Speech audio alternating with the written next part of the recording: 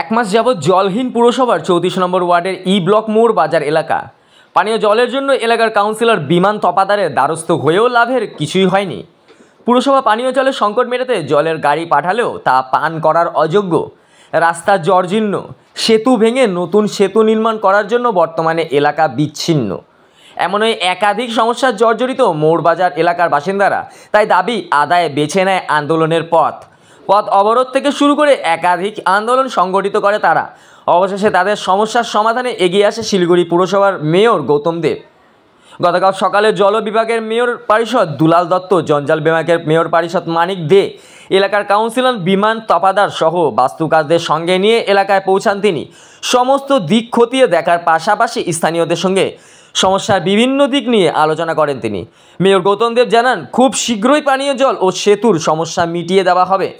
বর্ষার জন্য স্থায়ী সেতু নির্মাণ কাজ কিছুটা বিঘ্নিত হলেও খুব দ্রুত এই সেতুর কাজ করা হবে। আপাতত চলাচলের জন্য একটি অস্থায়ী সেতু নির্মাণ করা হবে বলে জানান মেয়র গৌতম দেব। অন্যদিকে মেয়রের কথায় আশ্বস্ত হলেও সমস্যা নিয়ে বেশ ক্ষোভের সুরে শোরগোল স্থানীয়দের মুখে। কলা গাছ এবং ভেসে আসছে, সেগুলো যাতে বাধাপ্রাপ্ত না হয় সেই জন্য উঁচু করে পাইপলাইনটা করে জলটা ওরা যুক্ত করছে। আর ওই যেখানে মানুষজন থাকে সেইখানে আমরা কয়েকটা কুয়ো আর ডিপ টিউবওয়েল আমরা করে দিচ্ছি, যাতে পানীয় জলে এদের কোনো অসুবিধা না হয়।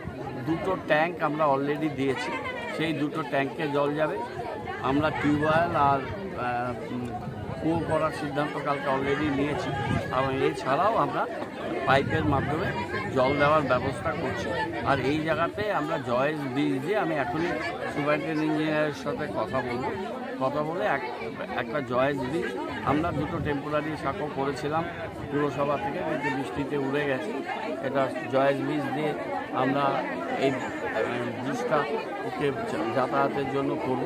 আর কাজটা আমি এনবিডিকে বলেছি যে আগস্টের এন্ডে ক্যাম্প মোবিলাইজেশন করে সেপ্টেম্বরে যদি ওয়েদার ফোরকাস্ট ঠিক থাকে, জলের নব্যতা কমে এবং ওয়ার্কেবল কন্ডিশন সাইট থাকে, তাহলে সেপ্টেম্বরে ফার্স্ট উইকে কাজটা আবার রিস্টার্ট করতে, নাহলে সেপ্টেম্বরে মাঝামাঝি।